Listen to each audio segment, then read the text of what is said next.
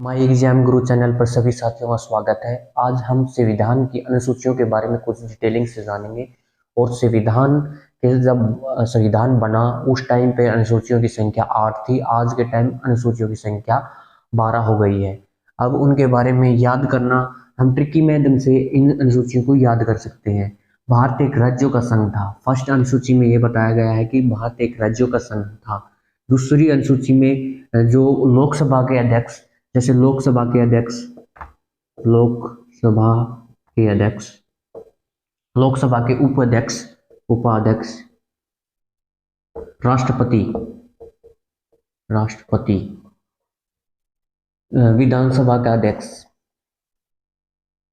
विधानसभा का अध्यक्ष और विधान उपाध्यक्ष और विधान परिषद का उपाध्यक्ष और विधानसभा का विधान परिषद का अध्यक्ष जो वेतन और भत्ते लेते हैं, वेतन और भत्ते। दूसरी भत्ते, हम दूसरी अनुसूची में ये याद कर सकते हैं कि वेतन और भत्ते सीधी डायरेक्टली। और तीसरी अनुसूची में जो राष्ट्रपति है, लोकसभा का अध्यक्ष है, उपाध्यक्ष है, विधानसभा का अध्यक्ष है, विधान परिषद का अध्यक्ष है या उपाध्यक्ष है, वे जो शपथ लेते हैं, शपथ सीधा डायरेक्टली याद कर सकते हैं आप ट्रिकी माध्यम से। फिर चौथी अनुसूची में हम जो राज्यसभा, राज्यसभा होती है, उनकी सीटों का बंटवारा, सीटों का बंटवारा, बंटवारा। फर्स्ट अनुसूची में राज्यों का संघ, भारतीय राज्यों का संघ है और केंद्र शासित प्रदेशों का संघ है। दूसरा लोकसभा का अध्यक्ष, उपाध्यक्ष और राष्ट्रपति, विधानसभा का अध्यक्ष और उनके वेतन और भत्ते, जो भत्ते और वेतन और भत्ते लेते हैं, तो सेकंड अनुसूची में लिखा गया है। और तीसरी अनुसूची में जो लोकसभा का अध्यक्ष होता है, उपाध्यक्ष होता है, विधानसभा का अध्यक्ष होता है, वे जो शपथ लेते हैं, थर्ड अनुसूची में लिखा गया है। फोर्थ अनुसूची में यह लिखा गया है राज्यसभा की सीटों का बंटवारा। और पांचवी अनुसूची में ये लिखा गया है कि जो अनुसूचित जाति है, अनुसूचित जाति और अनुसूचित अनुसूचित जनजाति, जनजातियों का वर्णन किया गया है। इसमें अनुसूचित जनजाति और अनुसूचित जनजाति के बारे में वर्णन किया गया है। और छठी जो ममता, ममता, ममता से हम याद कर सकते हैं, मैं से मिजोरम,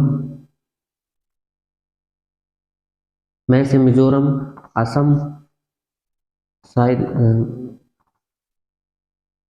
मैं से मिजोरम और मैं से मेघालय और मिजोरम, ऐसे असम और तैसे त्रिपुरा।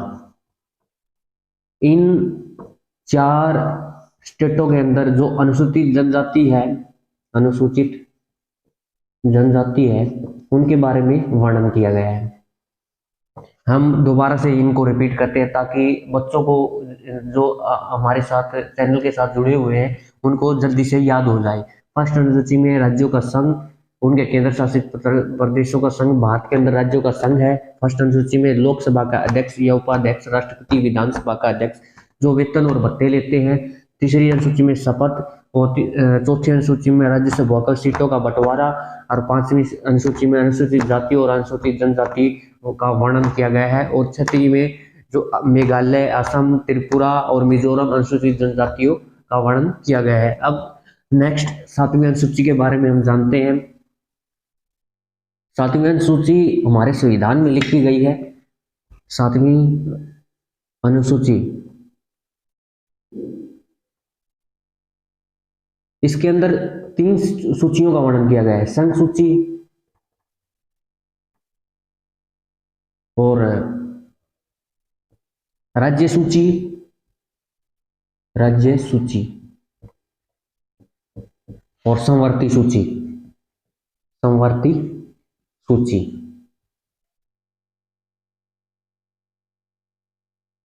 संघ सूची का मतलब होता है जिसमें केंद्र शासित, केंद्र और राज्य शामिल होते हैं। मतलब कोई भी कानून बनाया जाता है उसमें संसद की मदद होती है लगभग, जिसमें केंद्र महत्वपूर्ण होता है। इसके अंदर जो भी काम करता है केंद्र और राज्य दोनों मिलकर काम करते हैं। और राज्य सूची के अंदर केवल राज्य ही अपना कानून बनाता है, सभी काम राज्य के द्वारा होते हैं। और सामर्थ्य सूची के अंदर केंद्र और राज्य दोनों मिलकर इसमें काम करते हैं, परंतु जो कानून बनाने का अधिकार केंद्र के पास ही होता है। और 8वीं अनुसूची के बारे में, भाषा के बारे में वर्णन किया गया है। भारत के अंदर जब संविधान बना भारत के अंदर, तब 14 भाषाओं का वर्णन था, परंतु अब परंतु अब 22 भाषाओं का वर्णन मिलता है। मतलब इसमें भारत की भाषाओं का वर्णन किया गया है। और 9वीं अनुसूची के बारे में भूमि अधिग्रहण, भूमि अधिग्रहण अधिनियम। और चौथी 10वीं जो 10वीं अनुसूची है, दल बदल, मतलब कोई भी राजनीतिक पार्टी है वो दल बदल कर सकती है। ये 52वें संशोधन 1985 में संशोधित किया गया है ये चीज। और 11वीं अनुसूची, जो 11वीं अनुसूची है वे पंचायती राज से है। 73वें संशोधन 1993 में इसे लागू किया गया।